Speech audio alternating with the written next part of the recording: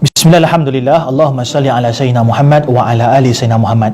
Ini adalah mesej kecemasan daripada bumi Gaza, Palestin kepada semua yang memahami tutur kata saya, baik anda berada di Malaysia, Brunei Darussalam, Indonesia ataupun Singapura dan seluruh orang-orang di dunia ini. Sahabat-sahabat, bermula dengan sebuah artikel ditulis oleh David Hughes, seorang jurnalis daripada Middle East Eye yang telah dipetik oleh Al Jazeera tentang keadaan COVID-19 yang berada di Palestin, Gaza. David Hughes mengatakan bahawa di Gaza hanya ada 40 ward ICU yang beroperasi, sedangkan sekarang sahabat-sahabat di Gaza ada 10 orang yang berhadapan dengan penyakit COVID-19 dan di Palestin ada seramai 110 orang. Yang lebih memarahkan lagi, keadaan apabila orang-orang Palestin ini bersama-sama berkongsi dengan orang-orang Israel ataupun Yahudi.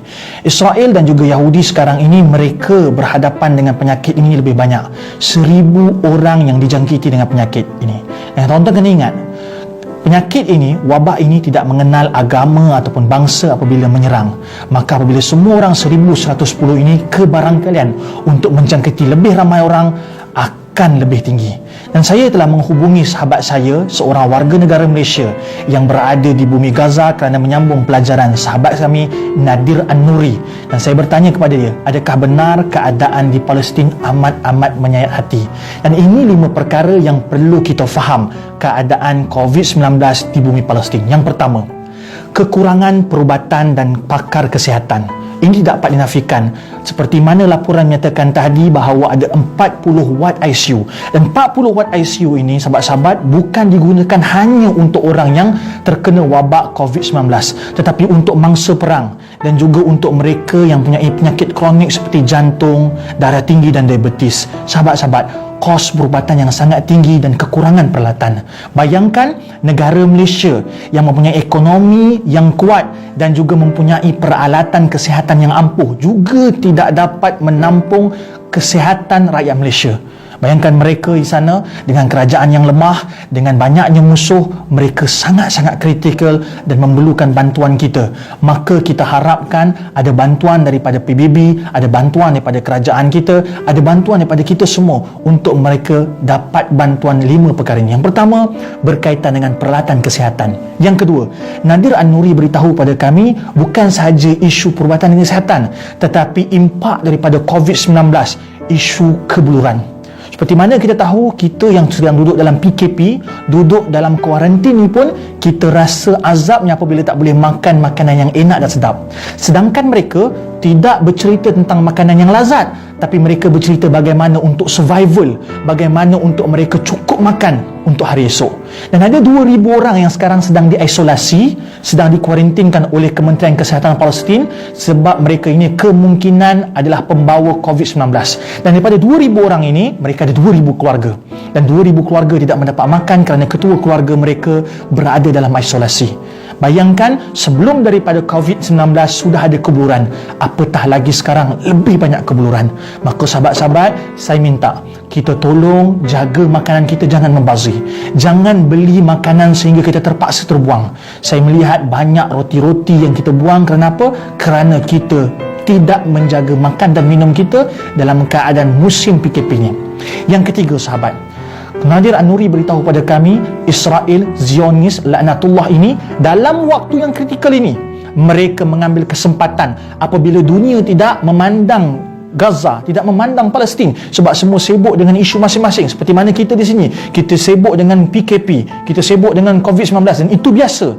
Tetapi dalam keadaan ini, mereka dengan jahatnya merobohkan rumah-rumah yang berada di Gaza. Mereka tidak berhenti untuk menzalimi walaupun dalam keadaan wabak ini sedang kemuncak. Jadi sahabat-sahabat, saya minta untuk kita semua ambil langkah. Apakah langkah yang kita nak? Yang keempat, tolong share video ini, tularkan video ini, viralkan video ini supaya semua orang mendapat mesej ini. Supaya apabila semua orang dapat mesej ini, kita dapat bersolidariti untuk saudara kita yang berada dalam kesusahan. Kesusahan kerana perubatan, kesusahan kerana kebuluran dan kesusahan kerana dizalimi oleh orang-orang yang membenci mereka, yakni Zionis.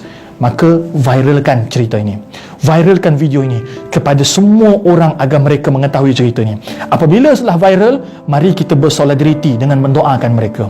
Jangan lupa doakan negara kita, jangan lupa doakan Nusantara ini, Malaysia, Indonesia dan semua orang agar selamat pada wabak. Tapi jangan lupakan doakan saudara se-Islam kita yang jauh di sana, yakni Palestin. Yang kelima sahabat, saya telah berhubung dengan Nadir An-Nuri untuk kita mengumpulkan bantuan. Alhamdulillah, kerajaan Malaysia membantu kita dengan banyak macam bantuan, daripada segi bantuan prihatin nasional dan juga kita dibantu oleh NGO. Banyak makanan yang sampai kepada kita. Alhamdulillah, ini suatu yang sangat baik untuk negara kita. Maka tugas kita untuk membantu mereka. Tolong sahabat-sahabat bersedekah ke dalam akaun pertubuhan yang telah kami daftarkan di ROS ini, Pertubuhan Alumni Al-Azhar. Mereka ini anak-anak Malaysia kita yang telah buat satu pertubuhan yang untuk meminjamkan akaun ini mengumpulkan sumbangan untuk Palestin. Dan jika genap RM100,000, kita akan transfer duit ini ke akaun sahabat kita Nadir An-Nuri.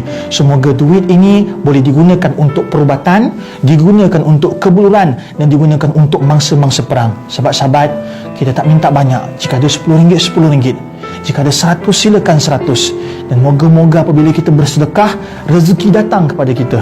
Kena ingat, rezeki itu bukan sahaja duit, tetapi kesihatan tubuh badan itu rezeki. Nabi SAW telah bersabda dan berpesan kepada kita, la yu'minu ahadukum, tidak sempurna iman seseorang mukmin apabila dia mencintai saudaranya mukmin yang lain seperti mana mencintai dirinya. Maka inilah waktu di mana untuk kita tunjukkan bahawa kita ini sempurna iman. Maka bersedekah niat kepada saudara kita yang berada di Palestin dan moga-moga mereka selamat. Sahabat-sahabat, seperti mana pesan para ulama bahawa orang yang bersedekah mendapat pahala, mendapat kemuliaan, mendapat syurga. Dan yang kita hari ini mengharapkan dijauhkan daripada wabak, bencana dan penyakit atas berkat sedekah. Sedekahlah sahabat-sahabat, apa jua jumlahnya kami terima. Jika ada dermawan di luar sana yang mahu menerima RM100,000, tafadhal sahabat.